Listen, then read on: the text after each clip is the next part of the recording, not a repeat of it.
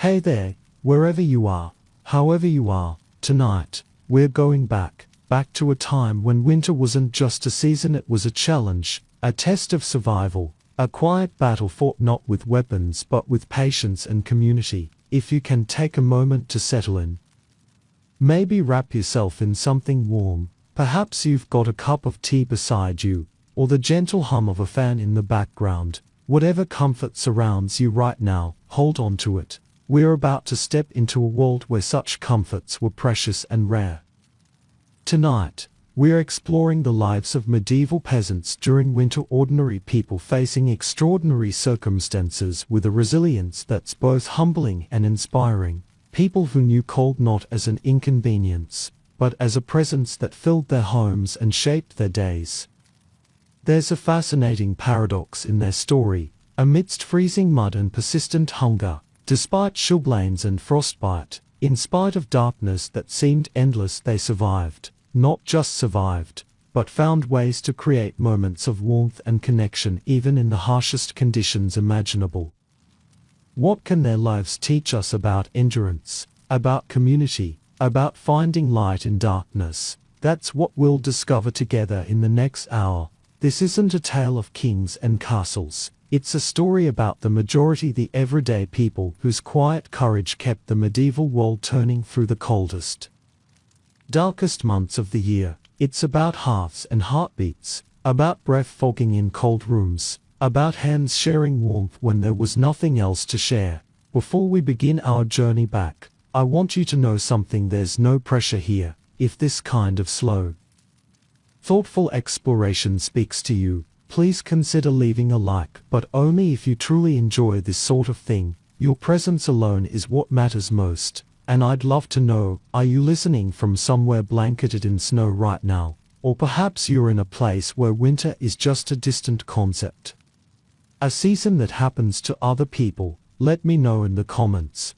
There's something meaningful about connecting across time and space, about contemplating winter's bite while in different seasons of our own. Now, let's step back together through centuries, through snowflakes to a world both foreign and familiar. A world where winter wasn't just weather, it was a way of life. Close your eyes for a moment, if you can. Imagine drifting backward through time, through swirling smoke, through centuries of soot, through countless snowfalls that have long since melted into memory. Feel yourself moving through the veil that separates our world from theirs, until finally, you arrive. It's dawn in a medieval village, somewhere in Europe, perhaps the 13th or 14th century. The first thing you notice is the quieter stillness, broken only by the crack of frost surrendering beneath footsteps. And then, there's the cold, not the kind that nips at your nose during a quick dash from car to building, but a deep, pervasive cold that seems to have settled into the very stones of the earth. You stand before a humble cottage. Its walls are wattle and daub, a framework of interwoven sticks packed with mud, straw, and sometimes dung. The roof is thatched, thick layers of reeds or straw bound together, now frosted white in the early morning light. Frost clings to the wooden beams that frame the structure, sparkling in the first rays of sunlight like nature's own decoration. This is home for a peasant family. There are no glass windows here, perhaps small openings covered with oiled parchment or wooden shutters, allowing minimal light while trying desperately to keep the cold at bay. There is no central heating, no insulation as we understand it, no thermal socks ordered online, no electric blankets with multiple heat settings. Let's step inside. The air changes immediately. It's still cold, you can see your breath, but there's a difference. The brutal edge of the outdoor chill has been blunted, if not eliminated. The first source of warmth you notice comes from the animals. In many peasant homes, especially the more humble ones, livestock might share the living space during the coldest months. A cow or two, perhaps some chickens, maybe a pig. Their body heat is too valuable to waste in separate structures during winter. The central feature of the home is the hearth, a simple fire pit or rudimentary fireplace with a hood to direct smoke upward.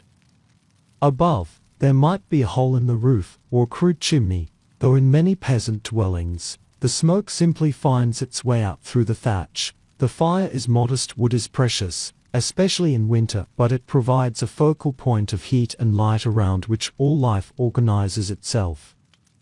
A family stirs beneath layers of rough blankets and straw bedding. They don't sleep in separate rooms as we do. Privacy is a concept far removed from their reality. Everyone shares the warmth, sleeping close together on straw-stuffed pallets or simple wooden platforms raised slightly off the dirt floor. Some might sleep on benches near the fire. They don't undress fully at night. Their day clothes often serve as their night clothes, with perhaps an extra layer added against the chill. They wrap themselves not just in layers of wool and linen, but in layers of hope that the stored food will last, that the fire won't die out overnight, that illness won't find them when they are most vulnerable. The world outside their door howls and rages with winter's fury, but inside, someone is already awake, stirring a pot of pottage, a thick soup made from whatever vegetables have been preserved. Perhaps a bit of grain, and if they are fortunate, a small piece of salted meat for flavor. This single pot might be the day's main sustenance, kept simmering throughout the hours of light. We enter the Middle Ages not through grand battles or royal proclamations, but through these intimate moments, through breath visible in the morning air, through fingers stiff with cold reaching to stoke dying embers, through the quiet determination to rise and face another winter day. Listen closely and you might hear the straw rustling as someone turns over, trying to find warmth. Feel the rough texture of homespun wool against skin, never completely dry, never truly clean by our standards. Smell the lingering smoke, the earthy scent of bodies and animals sharing space, the faint aroma of last night's meal still hanging in the air. This is winter for the medieval peasant, not a season of holidays and festivities as we know them, but a daily negotiation with survival, a time when every small comfort, a slightly warmer corner by the fire, an extra layer of clothing, a slightly heartier meal represents not luxury, but the thin line between endurance and suffering. Yet even here, in this seemingly harsh existence, there is a profound resilience, a kind of strength we rarely encounter in our temperature-controlled world. These people understood something we've largely forgotten, that winter wasn't an enemy to be conquered with technology, but a teacher to be respected, a season to be weathered through wisdom and community. As the family fully awakens and begins their day, moving slowly, conserving energy and warmth, we begin to understand this is not a life of constant misery, as we might imagine it from our modern perspective. It is simply life accepted, embraced, and lived with a pragmatic grace that deserves our attention. This is where our journey begins, in the cold breath of a winter morning, in a warm bed of straw, in the space between survival and surrender, as the weak winter sun climbs higher. The village gradually awakens, though awakens might suggest more energy than is actually present. In winter, everything in a medieval village moves slowly, but it still moved. Life continued, altered but unbroken by the season's constraints. Unlike us, peasants didn't rise to the mechanical precision of alarm clocks. They woke with the sun, which, in winter, meant rising later and retiring earlier than in summer months. Sometimes, on the darkest, coldest days, they might not fully rise at all, instead remaining in their beds, conserving both warmth and the precious calories their bodies needed to survive. The lingering darkness of winter mornings wasn't fought with electric lights, but was simply accepted as part of the season's rhythm. Work began when visibility allowed and ended when it didn't, a natural pacing that our artificially lit world has all but forgotten. Step outside the cottage now, into the village proper. The fields that in summer would bustle with activity now lie dormant, sleeping beneath frost and occasional snow. But this doesn't mean work ceases entirely. Animals, the crucial living assets of peasant life, still need tending. Livestock must be fed with the fodder stored during autumn's harvest, given water that someone had to break ice to obtain, and checked for signs of illness that could quickly become fatal in winter conditions. This was above all a season of survival, not progress. While the modern world often views winter as a time to push forward with indoor projects, the medieval peasant approached it differently. Winter was when you held your ground, when ambition narrowed to preservation rather than expansion, inside workshops and homes.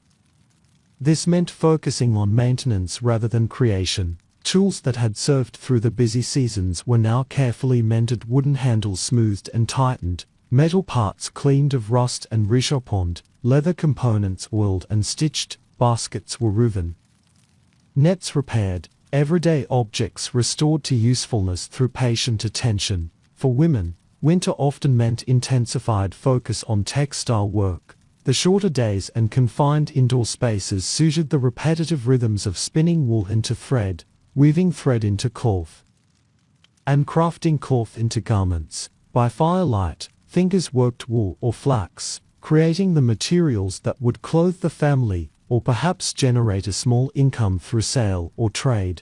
Children weren't exempt from winter's work rhythm. They collected kindling when weather permitted, helped tend to animals housed indoors, assisted with food preparation, and learned the crafts that would eventually become their livelihoods. Education wasn't formal, but embedded in these daily tasks. Knowledge passed through demonstration and participation rather than books and lessons.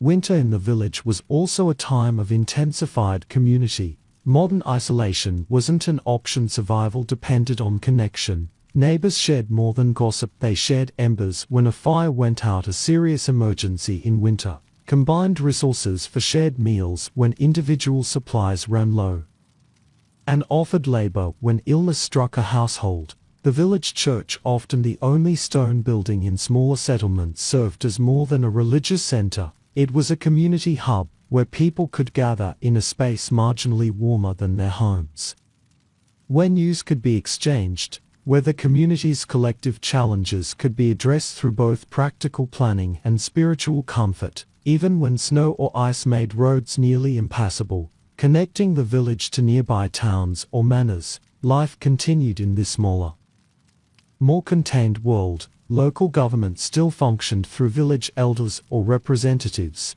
Disputes still needed resolution. Agreements still required witnesses. The mechanics of community continued, adapted to winter's constraints. Markets might be less frequent or more limited in winter, but trade didn't cease entirely. Preserved goods were exchanged, services bartered, and debts settled. The economic life of the village contracted but remained active, focusing more on redistribution of existing resources than on generating new wealth. The pace of everything slowed. Yes, but this slowness wasn't viewed through our modern lens of frustration and impatience. It was simply the natural order, an expected and accepted rhythm. When walking on icy ground, one moves carefully. When resources are limited, one uses them judiciously. When daylight is precious, one prioritizes essential tasks. These weren't conscious philosophical choices but practical adaptations that shaped an entire worldview. And within this slower pace, something emerged that our rushed modern lives often lack: a quality of attention, a depth of presence. Stories told by firelight weren't competing with screens and notifications. Conversations weren't interrupted by digital distractions. Work, though physically harder, often allowed for a mental presence that many of us now struggle to achieve.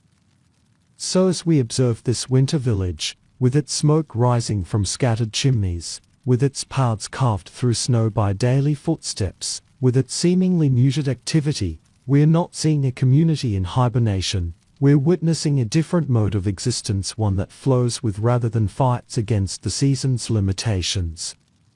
The medieval winter village teaches us that sometimes, moving slower isn't falling behind, it's synchronizing with the rhythm that survival requires. That community isn't a luxury but a necessity.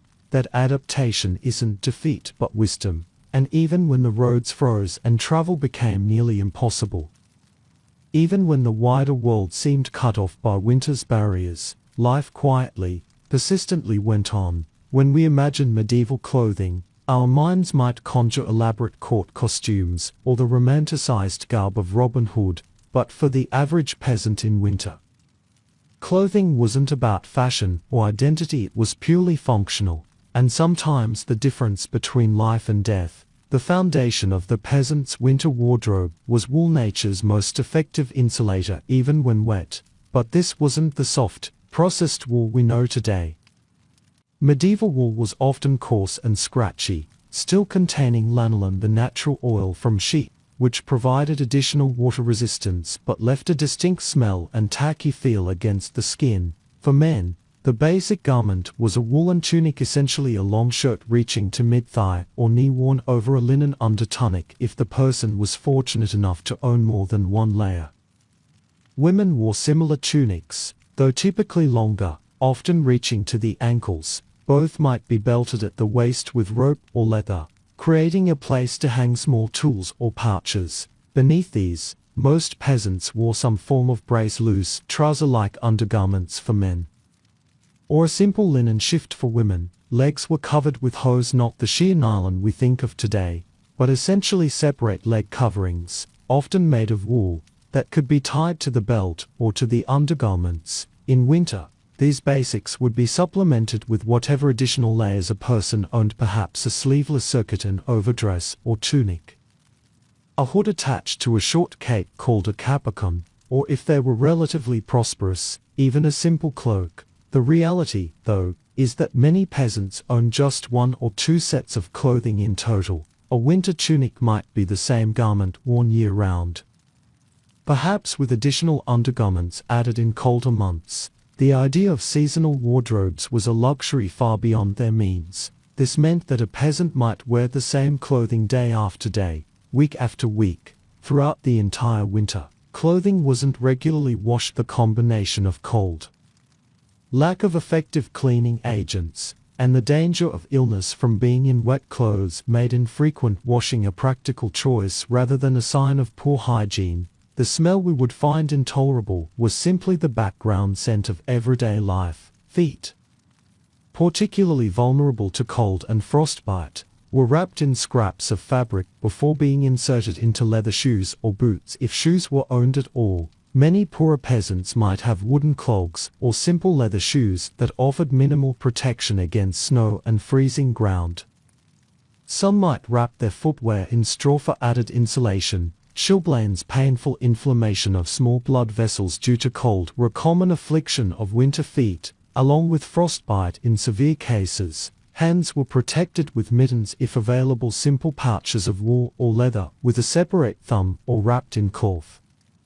Many tasks still required bare finger dexterity, however, meaning that hands were repeatedly exposed to cold throughout the day. Heads were almost always covered, not just for warmth but as a social and practical custom. Men wore various caps or hoods, while women typically covered their hair with linen veils, wimples, or simple coifs tied under the chin. In the coldest weather, layers of head coverings might be worn, with hoods pulled up over caps. These garments weren't tailored as we understand the term today. Most clothing was relatively shapeless, made from rectangular pieces of fabric joined with simple seams.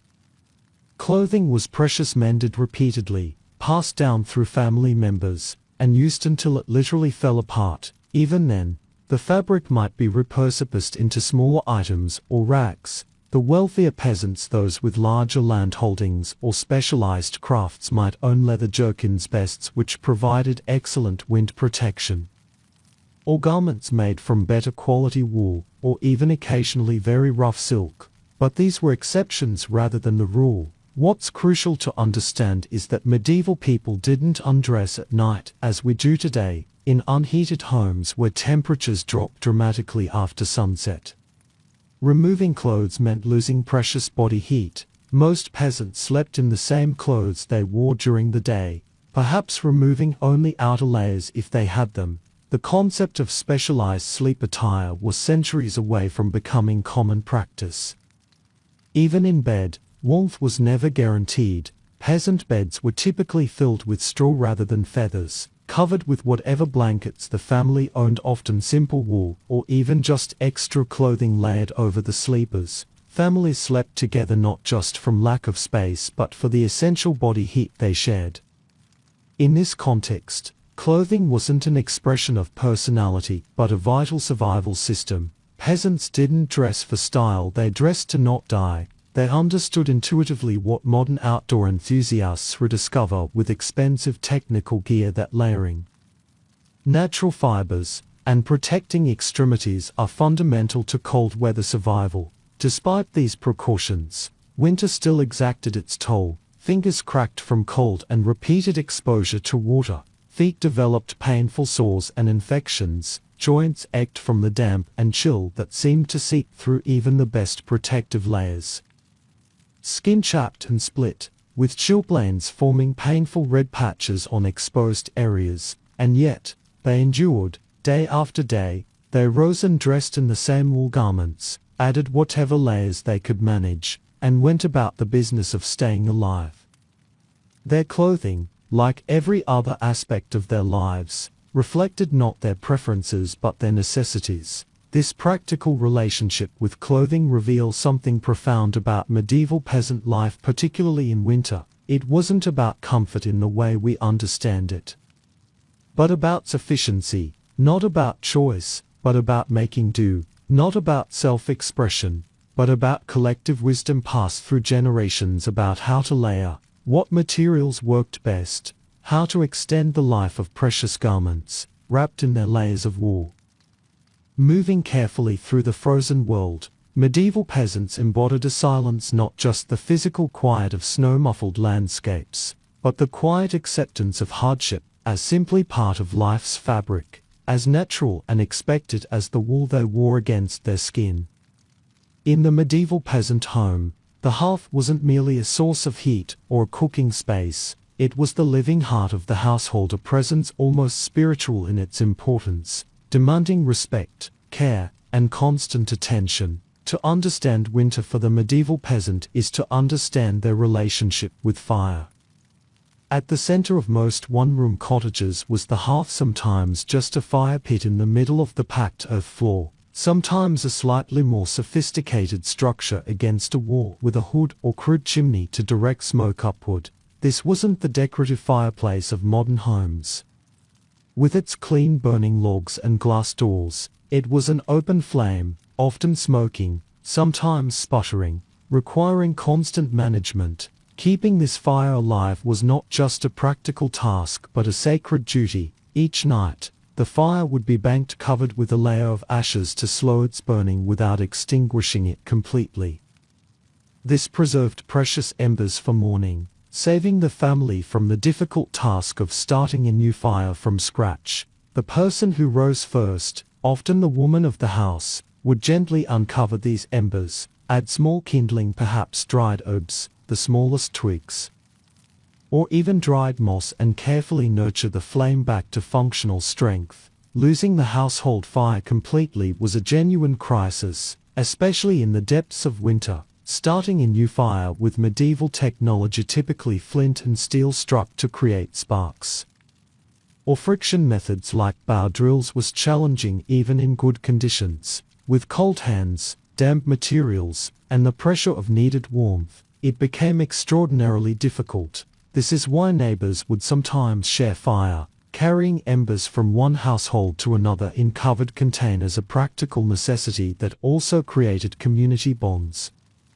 The fuel for these fires was precious and not always abundant. Wood was the primary fuel, but access to it was often controlled by local lords who owned the forests. Peasants might have rights to collect deadwood or particular types of branches, but these rights were limited and carefully regulated. Cutting living trees without permission could result in severe penalties. In some regions where wood was particularly scarce, peasants might burn dried dung, peat cut from bogs, or even dried seaweed along coastlines. Whatever the fuel, it was never used casually. The modern habit of letting a fire roar for ambience would have seemed unthinkingly wasteful. Medieval fires were kept at the minimum level needed for essential functions, enough to cook food, to provide some warmth, to enable necessary indoor work during dark evenings. The flame was carefully fed, with larger logs saved for the coldest days or most important cooking. The smoke from these fires was a constant companion. Without effective chimneys, a technology that improved but wasn't perfected during the medieval period, much of the smoke remained in the living space, gradually finding its way out through thatch or deliberate holes in the roof. This smoke blackened rafters and thatch, irritated eyes and lungs, and left its scent on everything from clothing to food, but it also served some practical purposes, helping to preserve meat hung from rafters, deterring insects that might otherwise infest thatch, and providing a distinct antibacterial effect in the dwelling. Round this central fire, the rhythm of winter life organized itself. The family gathered close, especially in evenings, creating a small pocket of relative warmth in an otherwise cold home. Work that could be done indoors, repairing tools, spinning wool, mending clothes, was brought into this circle of light and heat. Children learned their first lessons in the flickering glow, absorbing not just practical skills but cultural knowledge as elders told stories that connected them to their community's past and prepared them for their future roles. The hearth was where meals were prepared, typically one-pot dishes that could simmer throughout the day, maximizing fuel efficiency while creating food that provided sustained energy. A cauldron or pot would hang from a hook or rest on a trivet over the fire, containing whatever grain, vegetables, and small amounts of meat or fat the family could provide, a perpetual pottage that might be topped up for days before being started fresh. Beyond cooking, the fire enabled essential winter processing of foods. Grains might be parched to extend their storage life. Meats were smoked for preservation. Herbs were dried for both culinary and medicinal uses. The hearth was both kitchen appliance and food processor, pharmacy and comfort station. The limitations of fire meant that even with this central hearth, medieval homes were far from evenly heated. The warmth radiated in a sphere around the fire, creating concentric circles of decreasing temperature. Those nearest the flame might even feel uncomfortably hot on one side while their backs remained cold.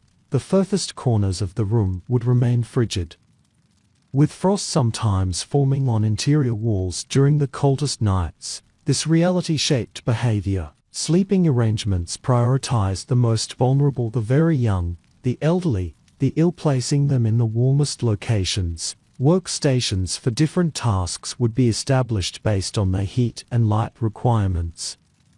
Even the position of stored food and drink would be carefully considered, keeping items that shortened freeze closest to the hearth's influence. The fire also shaped time, with expensive candles or oil lamps reserved for special needs or wealthier households. The fire provided the primary evening light. Once daylight faded, the sphere of firelight became the boundary of active life. Stories were told, devotions observed, and quiet work completed in this illuminated space, with a natural tendency to retire to bed earlier than in our electrically lit modern world. Children gathered especially close to these flames, not just for physical warmth but for the emotional comfort of light against winter's pressing darkness. It was by firelight that they heard the stories that shaped their understanding of the world, tales of saints and sinners, folklore about the dangerous spirits of winter, practical knowledge disguised as entertaining narratives. Yet for all its importance, even the fire had limits. No matter how well tended, it couldn't fully banish winter from the medieval home. In the corners of the room, away from the hearth's direct influence, winter still waited. Stored water might freeze overnight. Breath would fog visibly in the morning air. The transition from warm bed to cold floor remained a daily shock. This incomplete victory against the cold wasn't seen as failure but as the natural order. The peasant didn't expect to defeat winter entirely, only to negotiate with it, to carve out enough warmth for survival, enough light for necessary tasks, enough cooking heat for sustenance. In this relationship with fire, we see the medieval approach to winter distilled to its essence, not conquering but coexisting. Not eliminating discomfort but managing it, not individualistic self-sufficiency but communal interdependence. The family that shared fire shared life itself, creating not just physical warmth but the emotional heat of connection that made winter's challenges bearable. When we think of hunger in historical contexts, we often imagine dramatic famine, the complete absence of food leading to immediate, visible suffering. But for the medieval peasant in winter, Hunger was rarely so theatrical. Instead, it was a dull, persistent companion, a daily reality managed through careful planning, community support, and adjusted expectations. Winter hunger wasn't about starvation in normal years, it was about scarcity, monotony, and the gradual depletion of both food stores and body reserves. It was the slow lightening of the grain barrel, the shrinking of the cheese wheel, the careful rationing that intensified as winter progressed. The foundation of the medieval peasant diet was grain, primarily rye, barley, and oats, with wheat reserved for those of higher status or special occasions. In summer and autumn, this grain might be baked into bread of varying quality. But in winter, when fuel was precious and more calories were needed, grain often became gruel or pottage, a thick porridge-like mixture that required less fuel to cook and provided sustained energy. This winter pottage wasn't the varied, vegetable-rich stew we might imagine. Freshness was a summer memory, a distant promise of spring. Winter cooking relied almost exclusively on preserved foods, creating meals that sustained life without particularly pleasing the palate. Preservation techniques shaped the winter flavor profile. Salt was the primary preservative for meat when available, typically pork from the household pig slaughtered at the beginning of winter.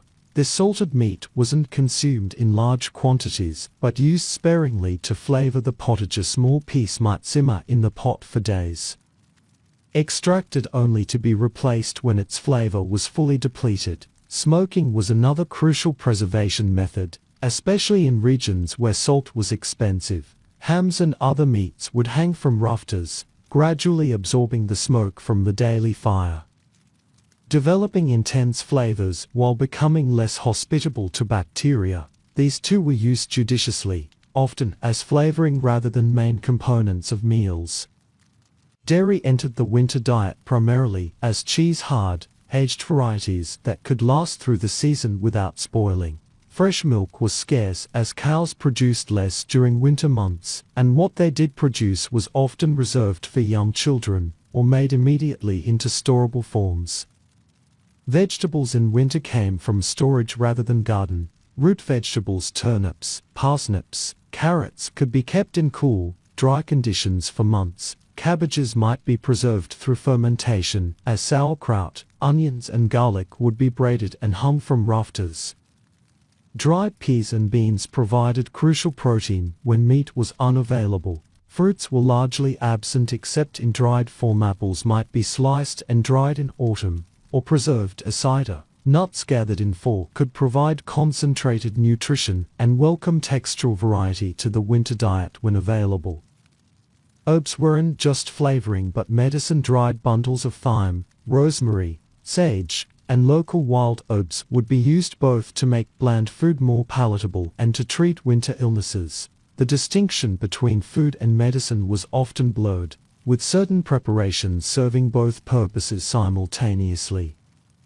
The winter diet was notably lacking in fresh greens, a deficiency that could lead to various health problems by late winter, including scurvy from vitamin C deficiency. Savvy peasants might know which wild plants could be foraged even in winter: chickweed, young nettles, certain tree barks to supplement their diet with crucial nutrients. Preserved fish, dried, salted, or smoked, was an important protein source in coastal regions or areas with well-established trade routes. In inland regions, freshwater fish might be caught through holes cut in frozen ponds or streams, providing rare fresh food in midwinter. The rhythm of eating changed with the season. The 3 daily meals of active seasons might contract to 2 or even 1 substantial meal during winter, with food carefully rationed. This wasn't just cultural but practical. Fewer daylight hours for work meant fewer periods of intense energy expenditure. And conserving fuel by cooking less frequently was sensible resource management. As winter progressed, the quality and quantity of available food typically diminished. Grain might develop mustins, the last preserved vegetables might wrinkle and soften, the final portions of meat might be mainly fat and gristle. But nothing edible was wasted. Ingenuity found uses for every scrap, every seed, every bone. When supplies ran dangerously low, Especially in late winter before spring's first growth, communities relied on each other, those with surplus shared with those facing shortage, not from pure altruism, though community bonds were real, but from the practical recognition that mutual survival required cooperation. Today's giver might be tomorrow's recipient. Local lords sometimes provided relief in the form of grain distributions or soup kitchens, particularly in harsh winters. This wasn't pure charity, but a recognition of their responsibility to keep their workforce alive and capable. Churches and monasteries also played crucial roles in feeding the desperately hungry, especially in urban areas. In truly dire circumstances, peasants turned to famine foods, items not normally considered edible but capable of sustaining life. Bark bread, made by adding ground tree bark, usually elm or pine, to extend meager flour supplies, was a documented strategy. Wild plants normally avoided for their bitter taste became acceptable. Even leather items might be boiled to extract any remaining nutrition in extreme cases.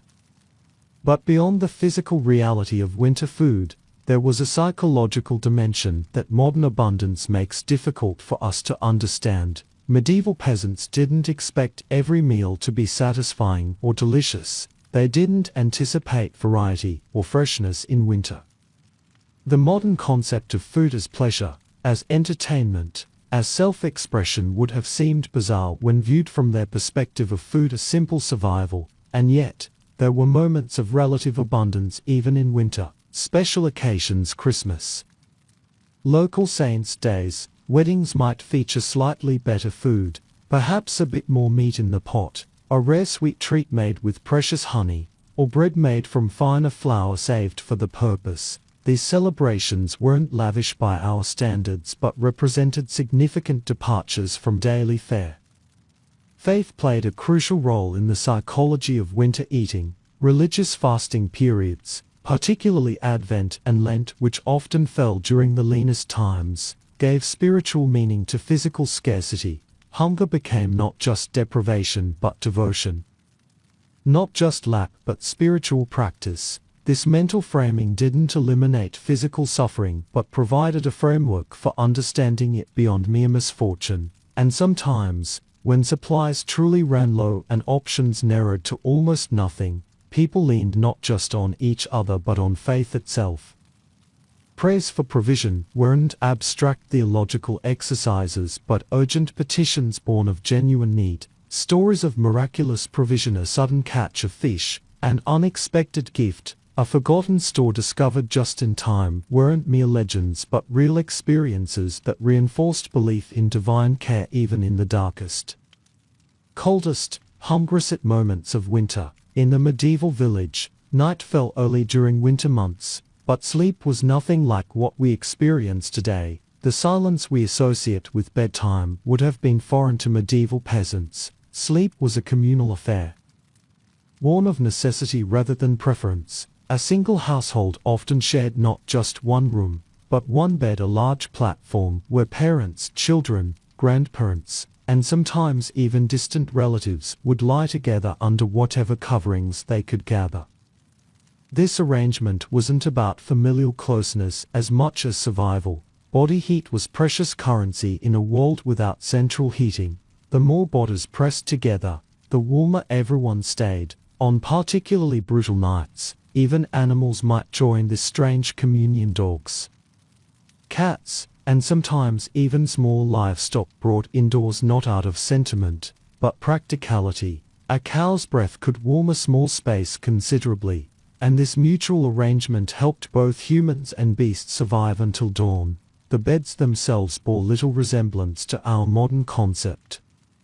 The frame, if there was one at all, would be wooden planks elevated slightly off the ground to avoid the worst of the drafts that swept across dirt floors. The mattress was typically a coarse sack filled with straw, which crackled and shifted with every movement. While uncomfortable by our standards, straw provided surprising insulation from the cold below. In more prosperous homes, wool might be added to the mattress stuffing, providing additional warmth but also attracting insects and requiring regular airing. What we would call bedding was scanty at best. Blankets were precious possessions, often made from roughly woven wool that was simultaneously scratchy and vital. Many households possessed only one or two proper blankets, which would be reserved for the youngest and oldest family members. Others made do with cloaks, spare clothing, or even sacks repurposed as coverings. The concept of sheets was largely unknown among common folk. They slept in their day clothes, merely removing outer layers if they had any. Sleep patterns differed dramatically from our modern expectation of 8 uninterrupted hours. Medieval people typically slept in segments, what historians now call first sleep and second sleep. They would retire shortly after sunset, sleep for several hours, then awaken around midnight. This wakeful period might last an hour or more, during which people would tend the fire, check on children or elderly relatives, perhaps pray, talk quietly, or even visit neighbors before returning to second sleep until dawn. This biphasic pattern wasn't considered unusual or problematic, it was simply how humans had slept for centuries. The physical experience of sleeping in winter had sensory dimensions we can barely imagine today. As fires died down, breath would become visible in the cold air above beds. People would pull covers over their faces, creating small warm pockets in which to breathe. The sounds of the night were intimate and varied: the deep breathing of family members, occasional coughs or murmurs, the shifting of straw beneath bodies, the creak of wooden beams contracting in the cold, and perhaps the soft rustling of mice seeking warmth in dark corners. Dreams came differently in such conditions. Modern sleep research suggests that physical discomfort and cold temperatures fragment sleep patterns and intensify dream states. Medieval people lived in a world where the boundary between dreaming and wakefulness was perhaps more permeable. Their nights punctuated by brief periods of consciousness as they adjusted positions or pulled coverings tighter against the cold. Despite these hardships, they did sleep, finding rest through necessity and adaptation. The human body, remarkably resilient, adjusted to conditions we would find intolerable. Children born into this world knew nothing different. The shared warmth of family members pressed close was their normal. The rhythm of collective breathing their lullaby. What we might view as deprivation was to them simply night, the necessary counterpart to day, to be endured until the sun returned with its promise of light and relative warmth. Winter brought no respite from labor in the medieval village. If anything, survival demanded even greater effort when cold threatened to steal both food and life itself. While modern minds might imagine a hibernation-like state during winter months, the reality was a continuous, careful choreography of necessary work performed under challenging conditions. The blacksmith's forge became the literal and figurative heart of the winter village. As temperatures plummeted, the smithy's workspace burned with renewed importance, the glowing forge reaching temperatures of nearly 30 degrees Fahrenheit cast both light and precious heat into the darkest season. Iron didn't acknowledge winter's arrival. Plows still needed mending, horseshoes required replacing, and tools demanded repair regardless of the frost that formed on the smithy's beard between hammer strikes. The constant ping of metal striking metal became winter's stubborn percussion. A reminder that human industry continued despite nature's apparent dormancy. For those with less dramatic occupations, work simply moved indoors but never ceased. Women's labor intensified during winter months. Spinning wool was particularly crucial, a task requiring dexterity that diminished as fingers numbed in unheated homes. Yet they persisted, drawing out fibers hour after hour by firelight, their spinning wheels creating another rhythm that underscored village life. The thread and yarn produced during these dark months would become the family's clothing, blankets, and perhaps items to trade when spring markets reopened. The clickety-clack of looms joined the symphony of winter sounds as women transformed summer's wool into winter's survival. Food preparation took different forms but demanded no less attention. Preservation became an ongoing process, checking stored vegetables for signs of rot, monitoring precious grain supplies for evidence of rodents, smoking the last of autumn's meat to extend its viability. bread making continued regardless of temperature, though dough rose more slowly in the cold, requiring experienced hands to judge its readiness by feel rather than time. Men who worked fields during warmer months found different employment. Woodcutting intensified, with felled trees requiring processing into usable firewood. Hunting, though challenging in snow, provided crucial protein when successful. Repairs to homes and barns became urgent rather than optional. A leaking roof that might be tolerable in summer became life-threatening when snow could enter and melt among a family's few possessions. Children were not exempt from winter's work demands. Their smaller fingers, though equally cold, could manage delicate tasks like mending nets or sorting seeds for spring planting. They became messengers between households, fetching and carrying items that adults couldn't spare time to exchange. Older children minded younger ones, allowing parents to focus on critical tasks. They gathered kindling smaller branches and twigs that would catch fire quickly and help ignite larger logs. Even play had purpose. Games often incorporated skills they would need as adults. Practicing adult roles in miniature while still finding moments of joy in snow and ice. The elderly contributed according to their abilities. No longer strong enough for physical labor, they became the keepers and teachers of crucial knowledge: when to plant by the moon's phase, how to predict weather from cloud patterns, which herbs might reduce a fever.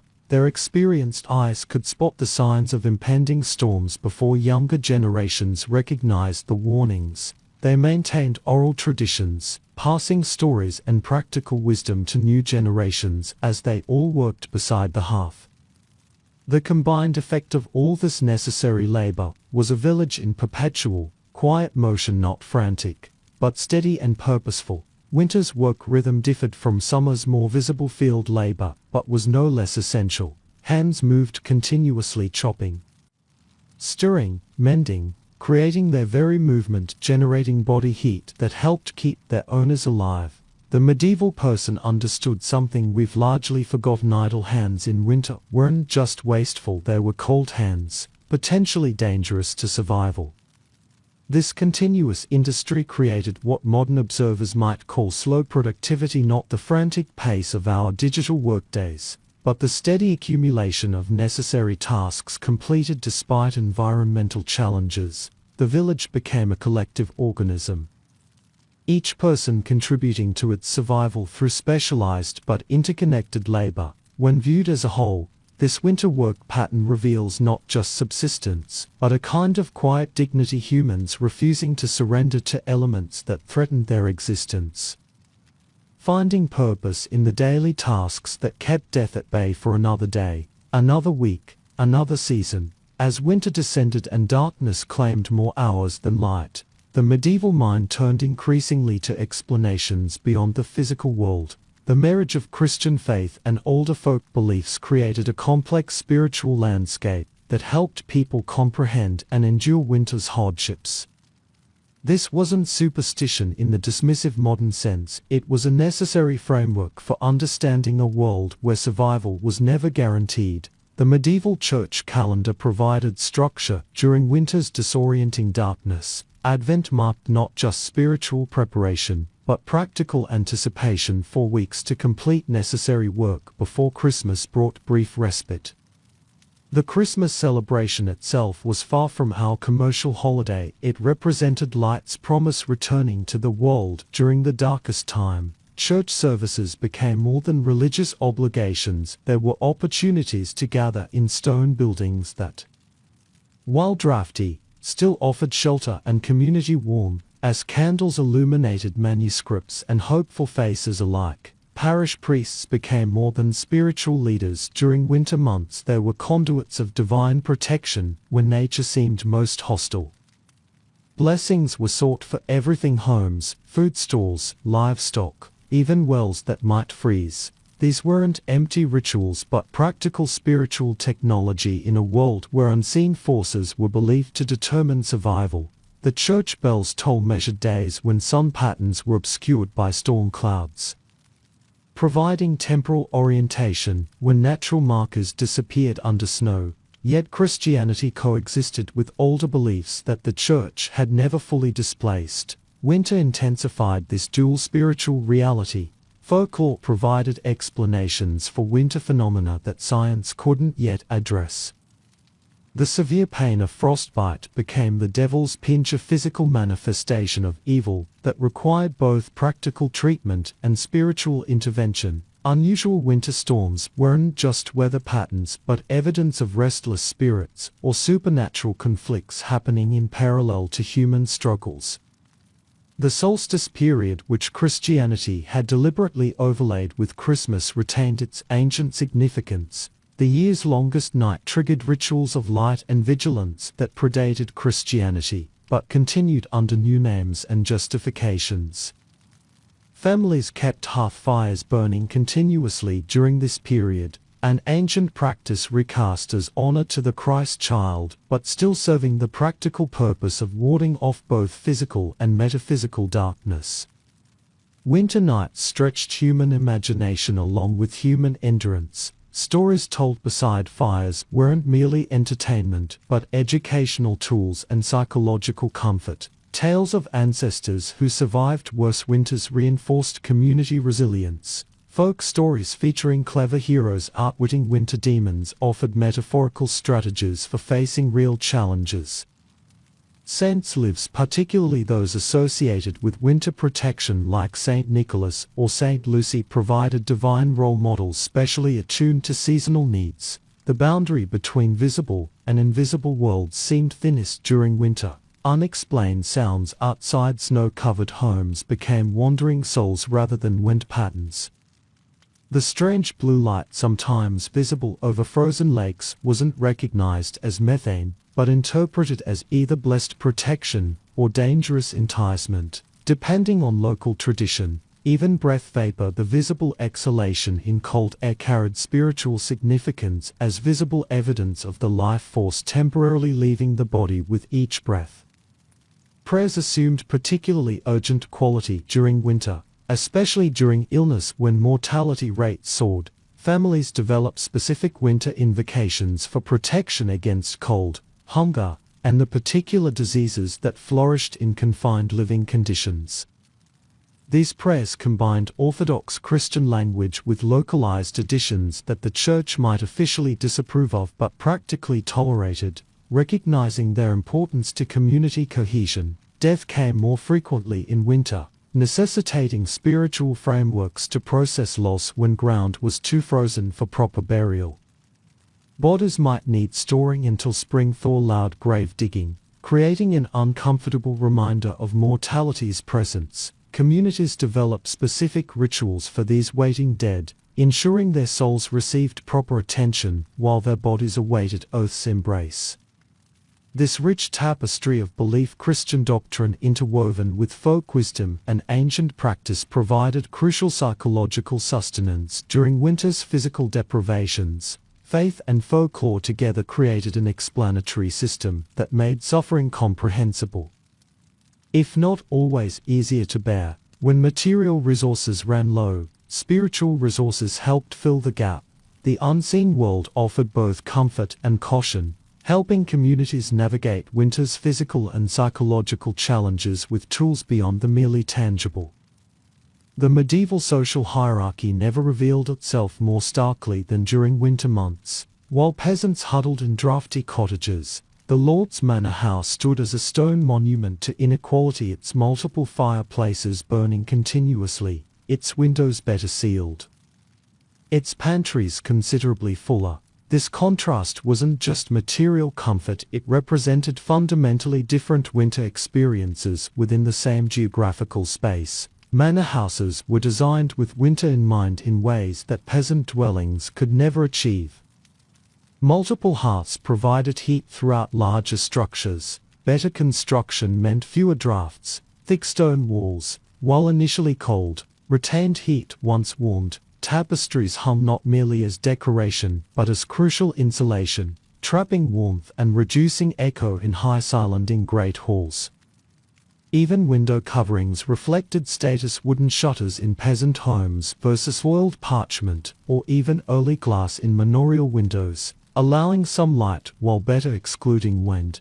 The Lord's table maintained abundance even as winter thinned supplies elsewhere. Hunting privileges reserved game for noble consumption, with poaching even when motivated by hunger severely punished. Spices that could mask the taste of aging meat were luxury imports available only to the wealthy. Winter feasts in the Great Hall showcased this differential access to resources, with Christmas celebrations serving simultaneously as religious observance, social reinforcement, and conspicuous consumption that demonstrated the Lord's continued prosperity despite seasonal challenges. The question of noblesse obliged, the obligation of the privileged to care for their dependents, found its greatest test during winter months. Historical records reveal wide variation in how individual lords responded to this responsibility. The medieval ideal promoted through church teaching and chivalric literature emphasized generosity toward the less fortunate, particularly during Christ's nativity season. Some lords embraced this ethos, distributing food, firewood, and clothing to struggling tenants. Others viewed such charity as optional at best, maintaining that peasants should manage with their own resources regardless of unusual hardship. Almsgiving became more formalized during winter. Many manors established specific days when bread, preserved food, or even small coins might be distributed to the poorest villagers. These distributions weren't designed to eliminate suffering but to mitigate its worst effects and demonstrate the Lord's Christian virtue. Recipients were often expected to pray for their benefactor's soul in return, a spiritual transaction that benefited both parties according to medieval understanding, providing material aid to the poor and divine credit to the wealthy. The lady of the manor often played a crucial role in winter charity. While the Lord handled matters of justice and overall management, his wife typically oversaw household affairs, including the allocation of resources to dependents. Manor accounts show some ladies maintaining detailed records of which families received what assistance, ensuring equitable distribution within the constraints of limited generosity. The lady's practical knowledge of food preservation and textile production made her particularly valuable in assessing and addressing winter needs among the estate's people. Justice operated differently during winter months.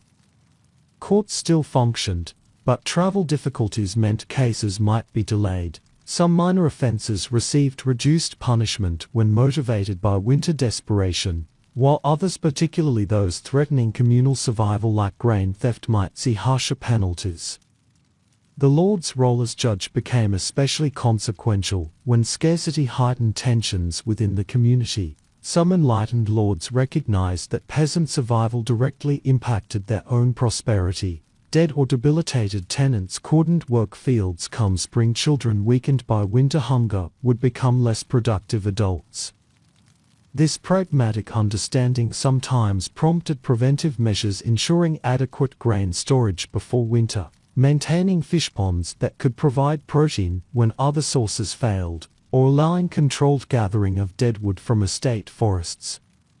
Such provisions weren't universal but represented a practical approach to manorial management that benefited all parties. The physical distance between manor house and village sometimes reflected psychological distance in understanding. Lords who spent winters elsewhere, perhaps at court or in more comfortable urban residences, might remain ignorant of their peasants' winter conditions until returning in spring.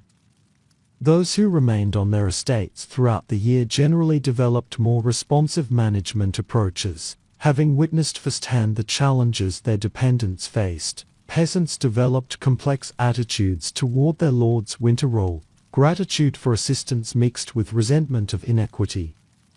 Dependence coexisted with developing self-reliance. Communities learned which needs might receive manorial support, and which they must address internally. This relationship, neither fully antagonistic nor truly harmonious, shaped medieval rural society, with winter's stresses exposing both its functional and dysfunctional aspects.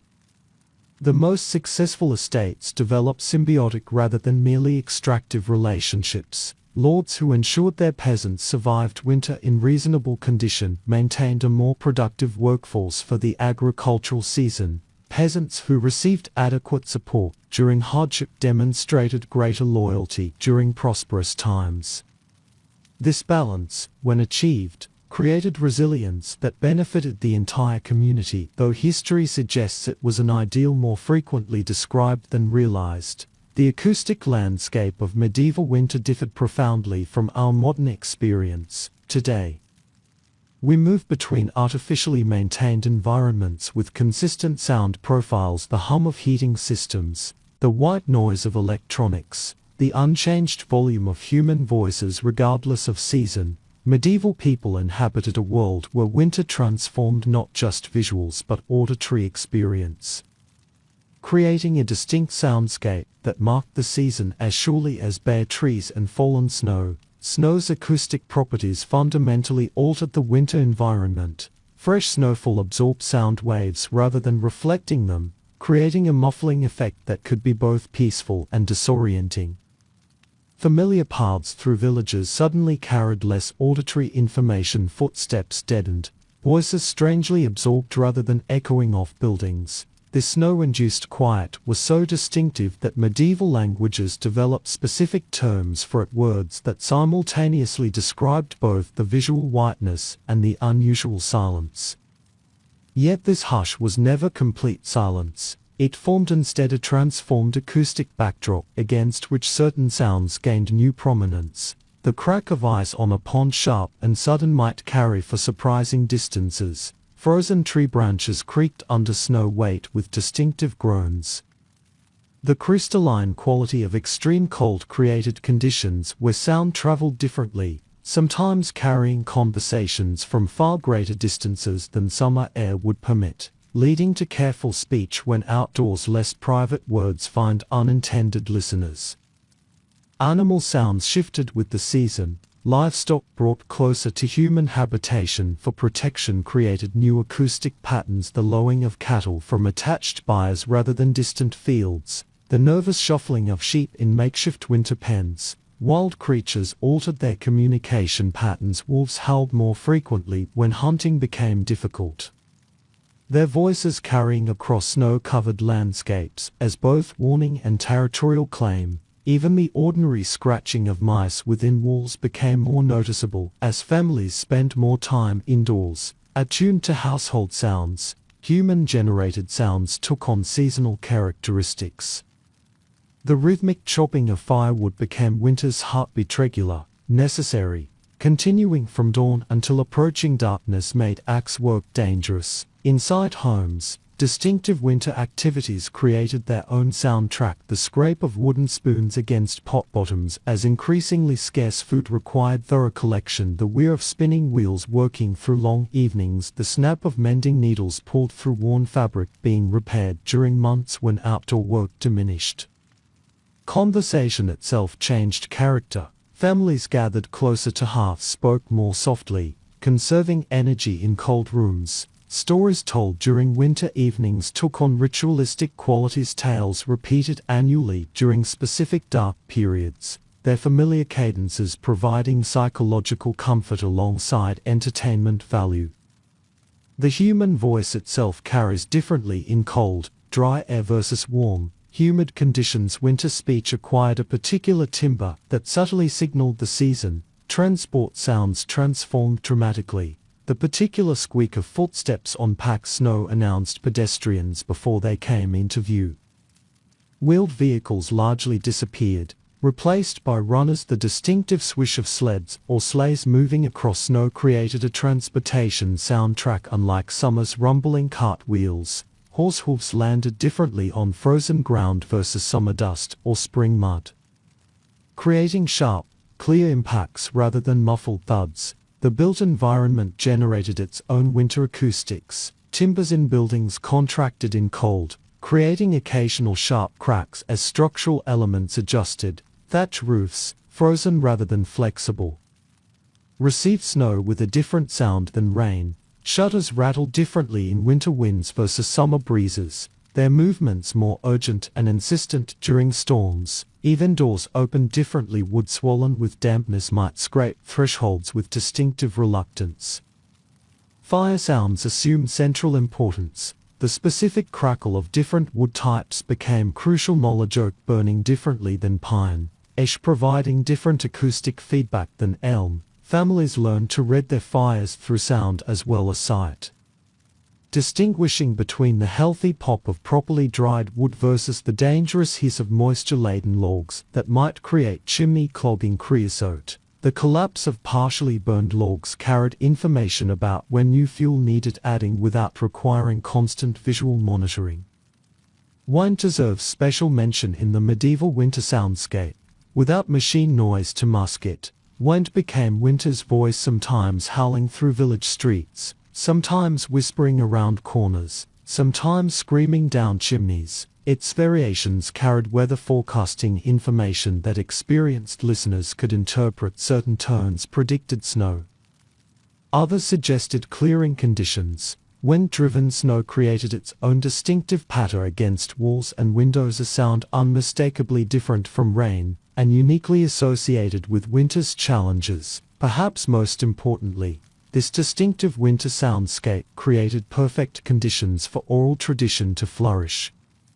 The combination of enforced indoor proximity, reduced outdoor work, and long darkness created ideal circumstances for storytelling, singing, and the transmission of cultural knowledge. Winter nights became acoustic archives where community memory lived in voiced form, passing between generations through patterns of sound that helped preserve crucial information while strengthening social bonds. The particular hush of winter provided the perfect acoustic backdrop for human voices to carry wisdom across generations. Winter compressed the age spectrum of medieval society, bringing its youngest and oldest members into closer proximity than any other season.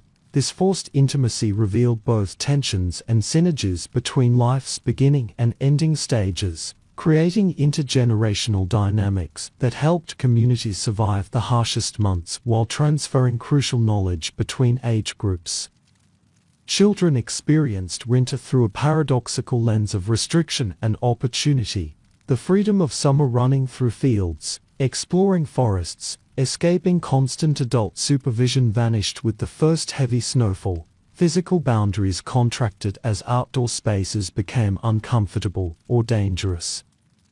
Yet within these constraints, medieval children found distinctive winter pleasures that modern children might envy despite their material advantages. Snow itself became a play resource requiring no additional equipment. Sledding required only a repurposed wooden board or a scrapped barrel stave. Sliding across frozen ponds, dangerous but exhilarating, required nothing but sturdy shoes or, for the fortunate, animal bone tied beneath footwear. As primitive skates, snowball fights followed the same basic rules across centuries and cultures. Snow figures gazed with cold eyes just as they do today.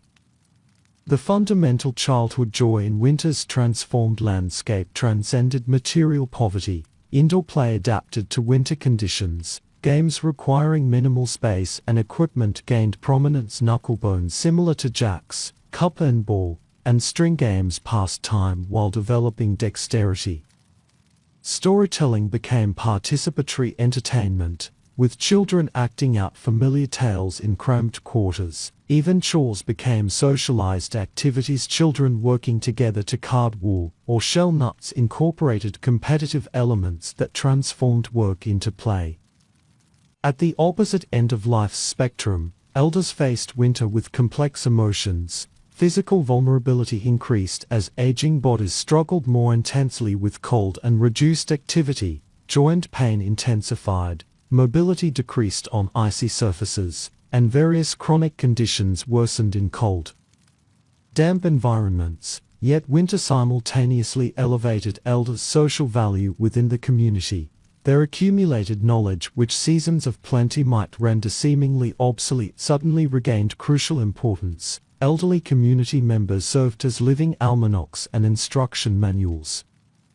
Their experience-based weather prediction often proved more reliable than general knowledge. As they'd observed local patterns across decades, they remembered previous extreme winters and which survival strategies had proved effective. Their knowledge of food preservation techniques, exactly how long certain stores should last, which items to consume first, how to stretch provisions by combining ingredients, became life-saving information during extended cold periods. The medicinal knowledge of older women gained particular importance. Winter illnesses required treatment with stored herbs and preserved remedies rather than fresh plants. Grandmothers and great-aunts maintained mental inventories of which preparations addressed which symptoms, how dosages should adjust for different ages, and which warning signs indicated serious versus minor conditions. This healthcare system, while limited by modern standards, represented sophisticated empirical knowledge developed across generations. The physical proximity imposed by winter created unavoidable intergenerational contact. Multiple generations sharing limited heated space meant children observed elders' daily routines and adaptive strategies firsthand. Elders similarly witnessed childhood development up close, offering correction, instruction, and occasional indulgence as appropriate. This forced proximity had both positive and challenging aspects. Privacy became nearly non-existent. Irritations couldn't be escaped through physical separation, and different age-based needs sometimes competed for limited resources. Birth and death biology's endpoints often occurred within the same small spaces during winter. Midwives delivered babies by firelight, often with other family members present due to space constraints. The entire life cycle unfolded within communal view. Children witnessed birth, aging, and death as natural processes rather than medicalized events hidden behind institutional walls. When an elderly person died during winter, their body might remain in the dwelling until ground thawed enough for burial, creating an intimate relationship with mortality that modern societies have largely eliminated. The metaphorical significance of this age juxtaposition wasn't lost on medieval people, who recognized profound symbolic patterns in natural cycles. Winter represented both death of the old year of vegetation and gestation, as seeds waited beneath snow, as livestock carried spring offspring. Human parallels were obvious: elders approaching life's winter, while children represented future renewal. This cyclical understanding provided psychological comfort during physically uncomfortable months, suggesting continuity beyond individual lifespan. Children born during winter months a relatively common occurrence, given conception patterns following harvest. Abundance arrived into a world of immediate challenge. Yet winter births also received advantages. Mothers could remain indoors focusing on recovery and nursing rather than field work, and the entire household was available to assist with newborn care. Community attention concentrated on these winter rivals, with their survival representing collective hope during the year's darkest period. The interactions between youngest and oldest family members created knowledge transfer pathways that formal education couldn't replicate. Grandparents teaching grandchildren ensured that specialized information craft techniques, local history, practical skills passed directly between non-adjacent generations. Children absorbed not just information but worldview, learning how to conceptualize challenges through the lens of experienced survivors. What modern educators might call tacit knowledge, difficult to articulate but crucial to success, flowed naturally through these extended winter interactions. This intergenerational circle, enforced by winter's constraints, ensured community resilience through complementary contributions. The physical strength of adults, the enthusiasm and adaptability of children, and the wisdom of elders combined to create survival units more effective than any single age group could manage alone. Winter's challenges thus paradoxically strengthened social bonds that supported community throughout the annual cycle, demonstrating that human connection itself was perhaps the most essential survival tool in the medieval world. What enabled medieval people to survive winter after winter, generation after generation, without the material comforts we consider essential? The answer lies not in some superhuman endurance our ancestors possessed, but in a complex combination of practical knowledge, social structures, and psychological frameworks that modern life has largely rendered unnecessary yet perhaps not entirely obsolete. Their resilience began with pragmatic acceptance. Medieval people harbored no illusion that winter could be avoided or substantially softened. Unlike our modern expectation that indoor temperatures should remain constant regardless of season, they anticipated discomfort as inevitable. This mental preparation, the absence of expectation that life should remain comfortable, created psychological readiness for hardship that paradoxically made hardship easier to bear. They measured winter's severity not against an ideal of comfort but against memories of worst winters past, finding reassurance when current conditions didn't reach historical extremes. Knowledge accumulation and transmission played crucial roles in winter survival. Communities maintained collective memories of effective strategies, refining them across generations. This wasn't static tradition but adaptive learning techniques that failed were abandoned, while successful innovations spread rapidly through necessity-driven networks. The medieval person possessed astonishing practical knowledge exactly how long certain foods remained viable under specific storage conditions, precisely which types of wood generated most heat with least smoke, exactly how thick ice needed to be before bearing weight safely. This granular, experience-based knowledge represented genuine expertise that no single guidebook contained, but communities preserved through practiced wisdom. Social cohesion intensified during winter months out of pure necessity, while summer allowed more individualistic pursuits. Winter demanded coordination. Labor sharing became more formalized. A household with adequate firewood might assist neighbors with less access to forests. Families with surplus preserved foods might exchange with those possessing different resources. These weren't merely charitable arrangements but mutual survival agreements that recognized interdependence. Status distinctions didn't disappear, but practical cooperation often transcended social boundaries when survival required collective action. The psychological dimensions of winter endurance deserve particular attention. Medieval people possessed frameworks for understanding suffering that modern societies have largely abandoned. Religious belief provided cosmic context for physical hardship, suggesting that earthly discomfort served spiritual purposes while promising eventual reward. Seasonal suffering wasn't meaningless but part of divine design, testing faith while building character. Simultaneously, folk traditions offered practical coping mechanisms, festivals punctuating winter's length at strategic intervals, stories emphasizing ancestors who endured worse conditions, communal activities that transformed necessity into social occasions. Perhaps most significantly, medieval people maintained intimate connection with seasonal rhythms that modernity has systematically severed. They experienced winter not as inconvenience but as necessary counterpart to summer's growth and natural balancing that required human adaptation rather than resistance. This acceptance didn't eliminate suffering but contextualized it within larger patterns, providing reassurance that spring's return, while not guaranteed for any individual, remained cosmically certain. The predictable cycle itself offered comfort even when immediate circumstances provided none.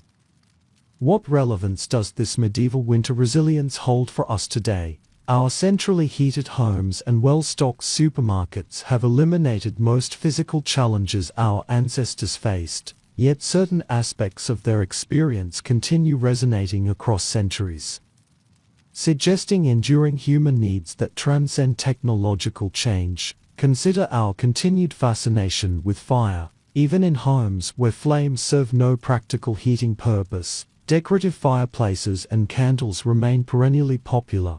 This attraction transcends mere aesthetics. Something primordial responds to contained fire. Particularly during dark months, the medieval peasant's essential relationship with flame has become our optional indulgence, yet satisfies similar psychological needs for visual warmth and light against darkness. Our social patterns still shift seasonally despite climate control. Winter continues drawing people toward communal activities, holiday gatherings, shared meals, indoor entertainment experienced collectively.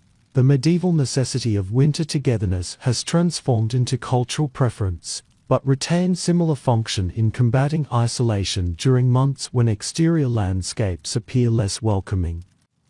Digital platforms increasingly facilitate these connections when physical gathering becomes difficult, serving functions analogous to medieval storytelling traditions by maintaining community bonds across distance. Contemporary winter celebrations, though commercialized and often disconnected from original meanings, still serve psychological purposes similar to their medieval counterparts. They punctuate winter's psychological weight at strategic intervals, creating anticipation and memory markers that help segment seemingly endless dark periods. The medieval Christmas, Candlemas, and pre-Lenten celebrations have modern counterparts that, despite changed content, fulfill similar calendar structuring functions. Perhaps most poignantly, our relationship with winter remains ambivalent in ways our ancestors would recognize. We simultaneously dread its inconveniences while romanticizing its quiet beauty.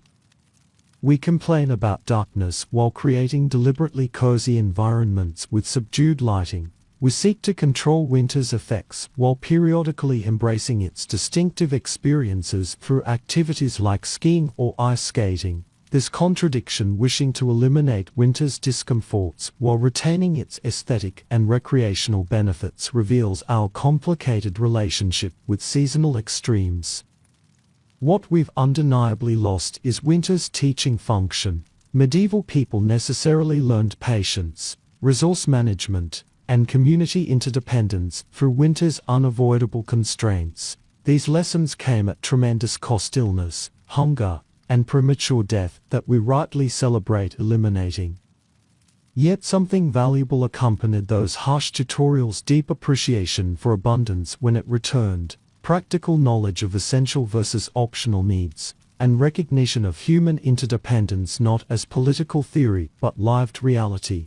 Perhaps winter still offers modern lessons if we remain attentive.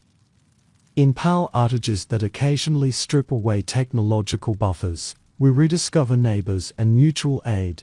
During snowstorms that temporarily halt normal activities, we remember how to improvise and prioritize. In seasonal transitions that continue despite climate control, we glimpse the natural patterns our ancestors knew intimately. Winter, even in its moderated modern form, still whispers of human vulnerability and resilience if we pause our digital distractions long enough to listen. The medieval peasant's winter world has vanished irretrievably, and we need not romanticize genuine suffering, yet their methods of endurance, community connection, resourceful adaptation, finding meaning within constraint, and maintaining hope through darkest periods remain relevant templates for human resilience. Their winter wisdom, owned through generations of necessary hardship, might still illuminate our comparatively comfortable darkness if we recognize that certain human needs transcend technological transformation. As our journey through medieval winter draws to its close, imagine yourself sitting in your comfortable modern room as evening deepens. Perhaps a heater hums somewhere nearby, maintaining perfect temperature without conscious thought. Electric lights can banish darkness at the flick of a switch. Food waits in refrigerator and pantry, requiring minimal preparation. These comforts we take for granted would seem miraculous to the medieval people whose lives we've explored. Yet as your room gradually cools and quiets, as all rooms do when night deepens, regardless of technological advancement, there remains something universal in the experience of darkness gathering, of seeking warmth and light against encroaching cold. In this moment, the distance between yourself and those medieval peasants perhaps narrows slightly. The fundamental human experience of winter, its challenges and its strange beauty, creates a thread connecting across centuries. Those medieval villagers, wrapped in their scratchy war garments, sleeping on rustling straw beneath inadequate coverings, seem distant from us in their material circumstances. Their empty stomachs, their chilblained hands, Their smoky dwellings all reflect hardships we've engineered away through centuries of technological development. We need not romanticize genuine suffering to recognize that something profound existed within their winter experience, a direct encounter with seasons turning that our climate-controlled environments have largely eliminated. Their winters demanded continuous attention to fire that needed tending, to food stores requiring careful rationing, to community members whose survival depended on mutual assistance. This necessary medicines created relationship with winter that was simultaneously more difficult and more intimate than our modern experience. They couldn't ignore winter's reality. We can sometimes pass entire cold seasons barely acknowledging nature's rhythm beyond wardrobe adjustments and occasional travel inconvenience. And yet, the world they inhabited was never simply cold. It contained moments of startling beauty, sunlight sparkling across unmarked snow, frost patterns delicate as lace across window openings, the hushed quality of sound after nighttime snowfall. Their senses, undiminished by constant stimulation, likely registered these phenomena with an intensity we might envy. Each moment of beauty precious precisely because comfort was not guaranteed. The medieval winter world wasn't heroic in conventional terms. No epic battles against elements, no glorious triumphs over nature appear in historical records. Instead, we find the quiet nobility of endurance of ordinary people rising each morning to face another cold day, tending necessary tasks, maintaining community bonds, preserving hope for spring's eventual return. There is dignity in this persistence that transcends their technological limitations, suggesting something essential about human resilience that remains relevant despite our changed circumstances. They didn't document their winter experiences in diaries or memoirs. Literacy remained limited to privileged few, yet they wrote their stories in other ways, in folk tales passed between generations, in seasonal traditions that structured communal life, in practical knowledge transmitted through demonstration and practice. Most significantly, they wrote warmth into each other's lives through necessary cooperation and shared experience. The emotional warmth of human connection helped counterbalance physical cold when material resources proved insufficient. Today, our digital hearths flicker with different light. Screens rather than flames often gather family members. Virtual connections sometimes replace physical proximity. We face different winter challenges: seasonal affective disorder, holiday stress, the peculiar loneliness that can persist despite constant connectivity. Yet beneath these modern manifestations, similar human needs remain: for light against darkness, warmth against cold, connection against isolation. Winter still tests us, albeit in subtler ways than our ancestors faced. So tonight, as your own surroundings cool toward sleep, perhaps you'll think differently about those medieval peasants whose winter experiences we've explored. The centuries separating us haven't fundamentally changed certain human constants. We still seek shelter, sustenance, and meaning. We still gather toward warmth, whether physical or emotional. We still tell stories to make sense of darkness. Winter still asks something of us, even if its demands have softened. The world those medieval people inhabited was undeniably cold, but they weren't alone in facing it. They had each other. Community, however imperfect, provided resources no individual could maintain. Shared knowledge offered solutions beyond personal experience. Collective memory preserved hope that current hardships would eventually yield to better seasons. These social dimensions of survival remain instructive even when physical challenges have diminished. Their fire is long extinguished, their voices silent for centuries. Yet something of their winter wisdom remains accessible if we listen carefully, not to romanticize hardship, but to recognize the human capacity for finding meaning even within constraint. Their story settles into our modern understanding like snow gradually accumulating, transforming familiar landscape into something that invites fresh perspective. The fire is low now, its glow diminishing as this exploration concludes. But perhaps its warmth lingers in newly awakened appreciation for comforts we typically overlook. In recognition of seasonal rhythms that continue despite technological buffers, in awareness of human continuity across centuries of winter challenges, medieval people survived their winters through necessity and adaptation. We navigate ours with different tools but similar human needs. And perhaps, for now, that recognition of continuity amid change is all we need, a small flame of understanding carried forward, illuminating both past experience and present moment with its quiet, steady light.